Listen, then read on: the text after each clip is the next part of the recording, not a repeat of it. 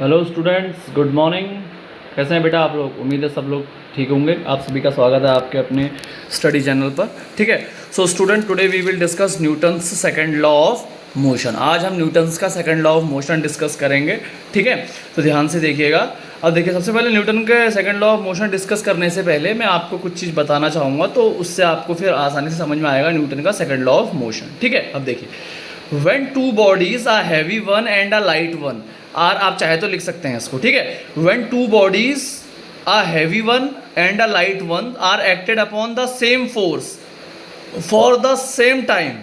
ठीक है, जब कोई भी दो बॉडी क्या करती हैं, एक हैवी और एक लाइट, एक हल्की और एक भारी, सेम फोर्स, सेम ताकत लगाती हैं सेम टाइम में। ठीक है, the light body attain a higher velocity than heavy one. और आप क्या देखेंगे कि जो हल्की बॉडी है वो हाई स्पीड जनरेट करती है, वो हाई स्पीड पकड़ती है देन हैवी वन, भारी बॉडी के कंपैरिजन। ठीक है, ये तो आप सब जानते होंगे। But the momentum gained by both the bodies is same. हालांकि जो लाइट बॉडी है वो ज़्यादा स्पीड जनरेट करती है हैवी वन के कंपैरिजन, लेकिन जो मोमेंटम होता है, मोमेंटम जो गेन करती हैं दोनों बॉडीज, चाहे वो लाइट बॉडी हो या हैवी हो, दोनों सेम होता है। The momentum gain by both the bodies is same, लेकिन जो मोमेंटम गेन करती है दोनों बॉडी वो सेम होता है। ठीक है, तो the link between force and momentum, जो लिंक है, जो जोड़ है फोर्स और मोमेंटम के बीच का, वो कौन एक्सप्रेस करता है? Newton's second law of motion. ठीक है, तो याद रखिएगा, the link between force and momentum is expressed in Newton's second law of motion. जो लिंक है, जो जोड़ है फोर्स और मोमेंटम के बीच का, जो लिंक है, वो कौन एक्सप्रेस करता है? न्यूटन का सेकंड लॉ ऑफ मोशन। ठीक है, अब देखिए, according to second law of motion, the rate of change in momentum of a body is directly proportional to the applied force। ठीक है, जो change, Newton's second law of motion के अनुसार जो चेंज इन मोमेंटम एक body का, जो change in momentum किसी भी बॉडी का, जो चेंज इन मोमेंटम का जो रेट है, वो डायरेक्टली किससे जुड़ा हुआ है? अप्लाइड फोर्स से। उस बॉडी में जो फोर्स लग रहा है उससे जुड़ा हुआ है। ठीक है, क्या बोला कि न्यूटन के सेकंड लॉ ऑफ मोशन के अनुसार जो चेंज, किसी भी बॉडी का जो चेंज इन मोमेंटम का रेट है, जो दर है, वो डायरेक्टली किससे जुड़ा हुआ है? उस बॉडी में जो फोर्स लग रहा है, जो अप्लाइड फोर्स लग रहा है, डायरेक्टली उससे जुड़ा हुआ है। एंड टेक प्लेस, और वो उसी स्थान पर होता है जिस डायरेक्शन में फोर्स लग रहा है। ठीक है, तो क्या बोला? The rate of change in momentum of a body is directly proportional to the applied force and take place in the direction in which force act। ठीक है, जो रेट, जो चेंज इन मोमेंट, किसी भी बॉडी का change in momentum का जो rate है, वो डायरेक्टली उस बॉडी के अप्लाइड फोर्स से जुड़ा हुआ है, और वो रेट चेंज इन मोमेंटम का कहाँ टेक प्लेस करेगा? उस डायरेक्शन में जिस डायरेक्शन में फोर्स लग रहा होगा। ठीक है, तो यही न्यूटन का सेकंड लॉ ऑफ मोशन है। फिर से समझा देता हूं एक बार।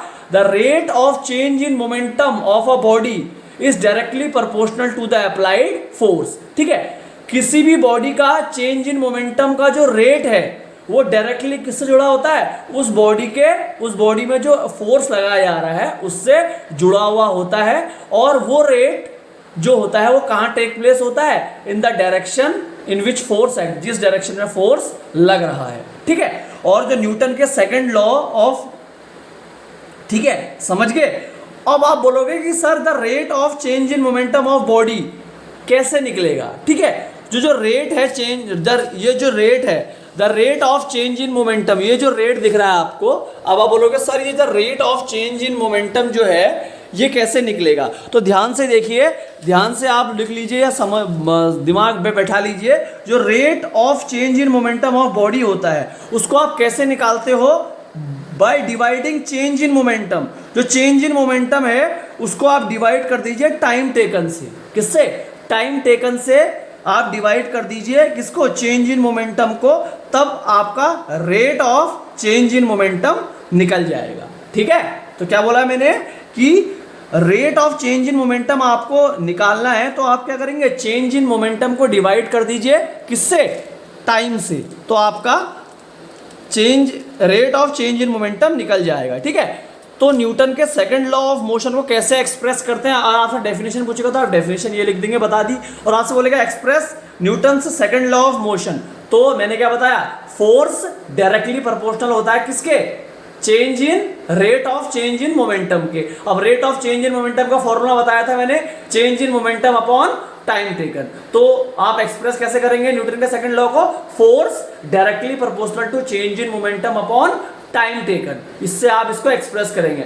अब आप बोलोगे सर अभी आपने बोला कि फोर्स डायरेक्टली प्रोपोर्शनल होता है rate of change in momentum के, तो सर यहाँ पर रेट कहाँ गया, बेटा अभी rate of change in momentum का फॉर्मूला बताया ना, change in momentum upon time taken, तो यहाँ पर rate of change in momentum ना लिख के change in momentum upon time taken लिखा गया है। तो इस तरीके से न्यूटन के सेकंड लॉ को आप एक्सप्रेस करेंगे। क्लियर, उम्मीद है समझ गए होंगे सेकंड लॉ ऑफ मोशन। ठीक है, अब न्यूटन के सेकंड लॉ ऑफ मोशन से ही क्या फोर्स का फॉर्मूला उत्पन्न होता है, फोर्स का जो फॉर्मूला है, जो बल का फॉर्मूला है वो प्रोड्यूस होता है। ठीक है, तो कैसे डिराइव होता है न्यूटन के सेकंड लॉ ऑफ मोशन से फोर्स, वो आप देखेंगे, कैसे न्यूटन के सेकंड लॉ ऑफ मोशन से फोर्स निकलता है, तो वो आप देखिए, ध्यान से समझिए, तो ये इंपॉर्टेंट है, थोड़ा ध्यान से समझिएगा। अब देखिए, अब आपको सबसे पहले considered a body of a mass m having a initial velocity of u, आपने मानना है एक बॉडी है जिसका मास m है, इसलिए मैंने डैश करा हुआ है, और उस बॉडी की इनिशियल वेलोसिटी है u, आपने मानना है, कंसिडर करना है। ठीक है, consider a body of mass m having a initial velocity u, ये मानना है, आप मान लिया। ठीक है, अब देखिए अब मैं बोल रहा हूं उस बॉडी का आप मेरे को मोमेंटम निकाल के दिखाओ। ठीक है, एक बॉडी है जिसका मास m आपने माना है और इनिशियल वेलोसिटी u मानी है, तो मैंने बोला उस बॉडी का आप मोमेंटम निकाल के दिखाओ। सबसे पहले उस बॉडी का मोमेंटम कैसे निकलेगा, क्योंकि वेलोसिटी क्या है, इनिशियल है, तो मोमेंटम भी क्या निकलेगा, इनिशियल मोमेंटम निकलेगा। क्या निकलेगा, इनिशियल मोमेंटम। अब मैंने बोला उस बॉडी का इनिशियल मोमेंटम निकालो, तो आपको पता है मोमेंटम का फॉर्मूला क्या होता है, मास इनटू वेलोसिटी। यहाँ पर मास क्या है m और वेलोसिटी क्या है u, तो इनिशियल मोमेंटम उस बॉडी का कितना हो गया mu, तो इसीलिए the initial momentum of a body will be mu हो जाएगा। क्लियर, समझ गए क्या बोला, consider a body of a mass m, एक आपने एक बॉडी को कंसिडर करना है जिसका मास m है, हैविंग एन इनिशियल वेलोसिटी, जिसकी इनिशियल वेलोसिटी u है। अब मैं बोल रहा हूँ उस बॉडी का मोमेंटम निकालो, तो उस बॉडी का इनिशियल मोमेंटम निकलेगा, और मोमेंटम का फॉर्मूला होता है m into mass into velocity, तो मास यहाँ पर m है, वेलोसिटी u है, the initial momentum of this body will be क्या हो जाएगा, mu हो जाएगा। ठीक है, इतना समझ में आ गया। अब सपोज करना है आपको a force F act on this body for time t, suppose करना है इसी बॉडी पर जिसका इनिशियल मोमेंटम mu आया है, इसी बॉडी पर एक फोर्स लगा, इसको हमने माना है F, वो इस बॉडी पर लगा फॉर टाइम t, नियमित समय के लिए, एक समय के लिए, टाइम t के लिए। ठीक है, और उस फोर्स के लगने की वजह से and causes the final velocity to become v, और उस फोर्स के लगने से इसकी जो इनिशियल वेलोसिटी है वो किस में कन्वर्ट हो गई, फाइनल वेलोसिटी में कन्वर्ट हो गई, और क्या बन गई, v, क्या बन गई, v। ठीक है, क्या बन गई, v, आपको पता है नहीं, फाइनल को v बोलते हैं। ठीक है, अब इनिशियल थी पहले, अब फोर्स लगने की वजह से टाइम में फाइनल बन गई, v बन गई, तो अब हमको इसका फाइनल मोमेंटम निकालना पड़ेगा। तो फाइनल मोमेंटम इस बॉडी का क्या होगा, वही होगा, फाइनल मोमेंटम इस बॉडी का क्या होगा, वही होता है momentum equal to mass into velocity. तो मास कितना है यहाँ पर, मास तो m ही रहेगा, लेकिन वेलोसिटी कितनी होगी, अब पहले u थी, अब कितनी हो जाएगी, v, तो फाइनल मोमेंटम इस बॉडी का हो जाएगा m इंटू वी, कितना होता है mv, कितना हो जाएगा mv। ठीक है, अब इनिशियल भी पता लग गया तुम्हें, फाइनल भी पता लग गया, और मैंने बताया चेंज इन मोमेंटम, जो चेंज इन मोमेंटम होता है उसका फॉर्मूला क्या बताया था अभी, चेंज इन मोमेंटम का फॉर्मूला जो होता है वो फाइनल में से इनिशियल को माइनस कर देते हैं। तो फाइनल मोमेंटम कितना था mv, और इनिशियल कितना है mu, तो फाइनल मोमेंटम क्या हो जाएगा mv minus mu, mv minus mu। ठीक है, और टाइम टेकन कितना लगा इस चेंज को होने में, t टाइम लगा था। क्या टाइम लगा था, t टाइम लगा था। ठीक है, क्या लगा था, टाइम t लगा था। तो चेंज इन मोमेंटम इस बॉडी का क्या हो जाएगा, mv माइनस mu, और टाइम टेकन क्या हो जाएगा, t। ठीक है, तो न्यूटन के सेकंड लॉ ऑफ मोशन के अनुसार क्या होता है, force is directly proportional to change in momentum upon time taken होता है। ठीक है, फोर्स की वैल्यू एफ रखी हमने और चेंज इन मोमेंटम की वैल्यू क्या आई थी यहाँ पर, m v minus m u आई थी, हमने रख दी, और टाइम कितना था टी, तो हमने टी रख दिया। ठीक है, अब यहाँ पर देखिए फोर्स ऐसी रहा, डायरेक्टली प्रोपोर्शनल ऐसी रहा, एम वहां पर भी है, एम यहां पर भी है, तो एम हमने कॉमन ले लिया, अब बचा क्या, v माइनस यू और अपॉन में t। अब आप अगर ध्यान देंगे, आपको अगर याद होगा, मैंने 400 साल पहले आपको बताया था कि v minus you upon T किसका फॉर्मूला होता है, एक्सीलरेशन का। 400 साल पहले बताया था ना, v minus you upon T किसका फॉर्मूला होता है, एक्सीलरेशन का। तो हम v minus you upon T इतना लंबा क्यों लिखे, जब हमें पता है v minus you upon T किसके बराबर होता है, एक्सीलरेशन के। तो हमने सीधे लिख लिया f directly proportional to mass into acceleration.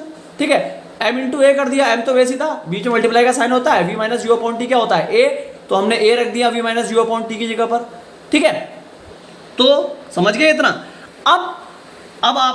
अब जो रिलेशन होता है force is directly proportional to mass into acceleration का, उसको हम इक्वेशन में कन्वर्ट कर सकते हैं, इक्वेशन में बदल सकते हैं। कैसे, पुटिंग कैसे, क्या बोला मैंने, जो रिलेशन होता है force is directly proportional to mass into acceleration का, उसको हम इक्वेशन में बदल सकते हैं। कैसे, उसमें कांस्टेंट के की वैल्यू रख के, किसकी वैल्यू रख के, कांस्टेंट के की वैल्यू उसमें पुट करके हम उसको जो रिलेशन होता है force is directly proportional to mass into acceleration, उसको इक्वेशन में कन्वर्ट कर सकते हैं। कैसे, कांस्टेंट के को उसमें पुट करके। तो हमने कांस्टेंट के को उसमें पुट कर दिया, F इज इक्वल टू के इंटू एम इंटू ए, उसमें पुट कर दिया, इक्वेशन बना दिया। और मैं आपको बता दूं, जो वैल्यू होती है कांस्टेंट के की, वो कितनी होती है, 1। ठीक है, अब अगर आप 1 इंटू एम इंटू ए करोगे तो m इंटू ए ही आएगा, तो इसलिए हमने k को हम हटा देंगे, तो क्या हो जाएगा, F is equal to mass into acceleration हो गया। तो फोर्स का फॉर्मूला निकल गया, फोर्स का फॉर्मूला क्या निकल गया, मास इंटू एक्सीलरेशन। क्या निकल गया, मास इंटू एक्सीलरेशन। तो फोर्स का फॉर्मूला, कभी आपको फोर्स निकालना हो तो क्या होगा, मास और एक्सीलरेशन को मल्टीप्लाई कर दीजिए तो आपका फोर्स निकल जाएगा। ठीक है, तो ये होता है फोर्स का फॉर्मूला। और याद रखना, इसको प्रूफ करना पूछता है तो प्रूफ करना मैंने आपको बता दिया। ठीक है, तो इसी के साथ आज का सेशन खत्म करते हैं यहीं पर। और ये बहुत ही इंपॉर्टेंट सेशन है बेटा, Newton second law of motion, तो इसको देख लीजिएगा। और अगर वीडियो पसंद आया तो लाइक कर दीजिए, शेयर कर दीजिए, और अभी तक सब्सक्राइब नहीं किया है तो सब्सक्राइब कर दीजिए। और बाकी के हम कल एप्लीकेशन पढ़ेंगे न्यूटन के सेकंड लॉ ऑफ मोशन के बारे में, और थोड़ा फोर्स के बारे में पढ़ेंगे, फोर्स के SI यूनिट पढ़ेंगे। ठीक है, समझ गए। तो इसी के साथ वीडियो खत्म करता हूँ। Okay, thank you, bye bye, have a nice day.